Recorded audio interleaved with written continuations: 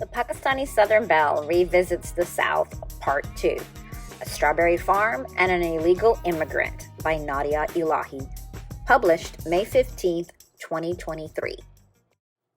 As you can see, dear reader, this is Part 2 of my recent visit back to the South. In Part 1, I described my somewhat awkward and funny experience with hot yoga. Click here if you want to read, in my hometown of Monroe, Louisiana. Since there was much to share about my time in Monroe as well as in Atlanta and New Orleans, I thought it best to break it up into parts. And from the title for this part, the Pakistani Southern Belle goes strawberry picking. The illegal immigrant part, just keep reading. When I visit Monroe, I now stay at my sister Mercy's house. She, her husband Kelby, and two daughters, Lily and Sadie, live in a humongous cabin in the woods. During this recent visit, my mother also stayed there as well. She doesn't live there, but since I was visiting, she decided to stay for the week. Why am I not staying at the mothership? Simple. My sister has a garage apartment, fully furnished and stocked, that I have all to myself.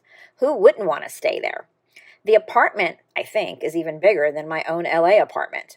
I have all the privacy I need, including cable TV, and now, thanks to Elon Musk and his Starlink, better internet than the hotspot I had to use 2 Christmases ago.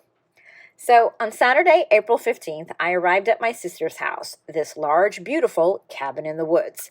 My sister's family built this house a few years ago. It is tucked into the woods, way out in Calhoun, literally off the highway, which is west of West Monroe. When I arrived that Saturday evening, waiting for me was one of Mom's home-cooked Pakistani dinners, which included some of my favorites: chicken curry, beef kofta, and handmade roti. If there is a part 3, it might have to be about my food adventures in the South, as there was plenty of those. The next day, after accompanying my family to church, something I only do when I'm visiting my hometown, I had resolved to stay in for the afternoon and take advantage of doing some free laundry, as I had just spent 4 days in Atlanta prior to my arrival in Monroe. I also thought I'd just relax in my apartment before some hometown friends came over later that evening for a Succession watch party asked my sister to help host. However, this was not the plan my 10-year-old niece Sadie had in mind that afternoon, as I was dragged to go pick strawberries at a nearby farm, the Indian Village Harvest Farm. Again, my sister's house is literally in the country, so farms like the Indian Village are common and maybe a 15 to 20 minute car drive through the winding roads out in BFE. Look it up, Gen Z. But you see, growing up in Monroe in the 80s and 90s, my family and I lived in the city limits, as far as having everything nearby within 5 to 10 minutes, like the all-important McDonald's and Waffle House. And today in my LA neighborhood of Toluca Lake, both my tiki bar and the Trader Joe's are within walking distance of my apartment, so I'm good. I have all the essentials nearby.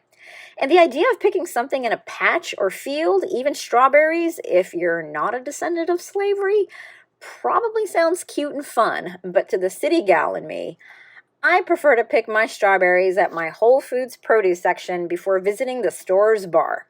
Yes, my Whole Foods in Burbank has a bar, and it's right across the street from a major film studio. So again, this TV film-loving city gal is good. However, when your adorable 10-year-old niece, who you don't get to see very often, pleads with you to be more outdoorsy, who also reminds you of yourself at that age, well, you go strawberry picking. I think I picked about 3 berries in total as I reluctantly followed behind my sister, mom, nieces, and brother-in-law through the many rows of the thousands and thousands of fresh strawberries, as mostly they did the picking, filling up the $20 size bucket the proprietors sold to guests. As we walked through the rows of strawberries, we also had to combat our way through the plethora of dead birds and shotgun shells that were scattered throughout the patch. I'm a city gal, so it took a minute for me to digest why the dead birds and bullet casings were all over the place. Oh, the birds really love strawberries too. But my heart really felt for those dead little birds. Poor guys. Country life, I guess. Now, I will say this. My hometown, or northern Louisiana in general, is certainly making up for lost time as far as creating their version of theme parks out in the country.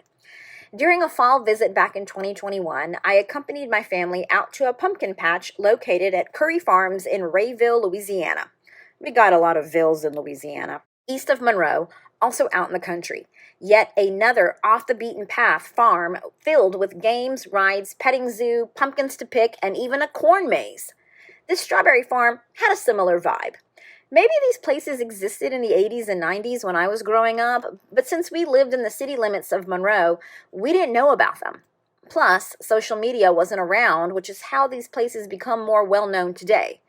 But if I had to guess, I'm sure the theme park elements were added much later.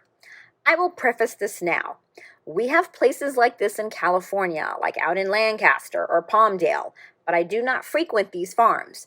The only theme parks I take my spoiled 46-year-old inner child to are Disneyland and Universal. Anyhow, I accompany my family on these farm ventures because when in Rome.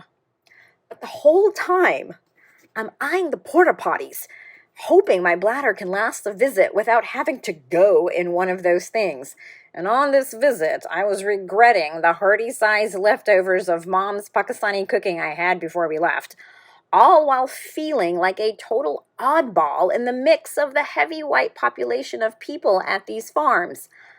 I'm not trying to be political here, but I think it's safe to assume that the novelty of picking any fruit from a farm in the South is not an African American activity, maybe?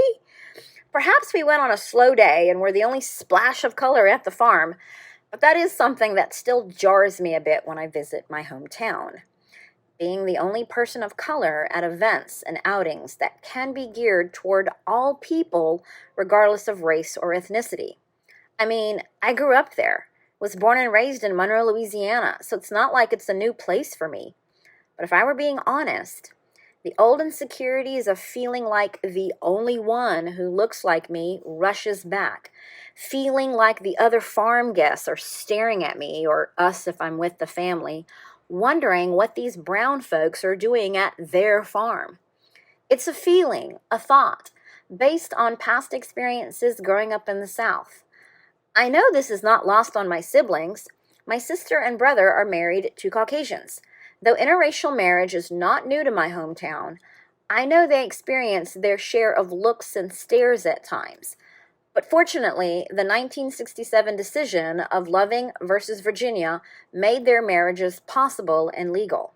And though they may get judged or stared at, I just discovered that my biracial nieces do not pass easily for white, as I assumed, especially as my 13-year-old niece Lily shared with me how an ignorant classmate referred to her as an illegal immigrant.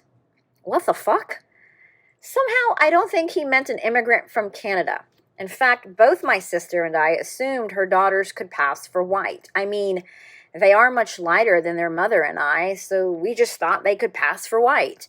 But I guess when you grow up with brown skin, not being categorized as black or white, you think anyone with a lighter shade than you can pass as white, or at the least, pass for being more acceptable than you. As far as the ignorant kid calling my niece an illegal immigrant, I couldn't help but be reminded of the time I was asked if I was a camel jockey in the same grade as my niece. What's up, 8th graders? Anyway, I empathize with my niece and couldn't help but be a little mad and frustrated as well. Frustrated that in 2023, a member of my family living in the South must still deal with the awkwardness and ignorance I thought was over from the 80s and 90s. I had thought all this time that perhaps my nieces could escape some of the racial ignorance I had to deal with. I can't really blame this 8th grade boy as much as I can his parents. Just days before my Monroe visit, I was told by an 11-year-old that I look like Isabella from Encanto, a compliment I gladly took, especially as she said it with a bit of a delightful awe and wonder in her voice. I know her parents. They're wonderful. And it made me realize I've come a long way from the kid in my gymnastics class who told me my skin looked like barbecue sauce when I was 7. Trust me, being compared to a pretty Disney animated character by an 11-year-old is a good thing in 2023.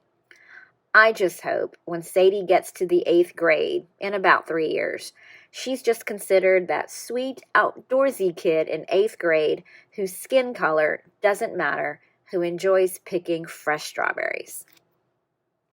To close, a picture here of Sadie and her bucket of strawberries.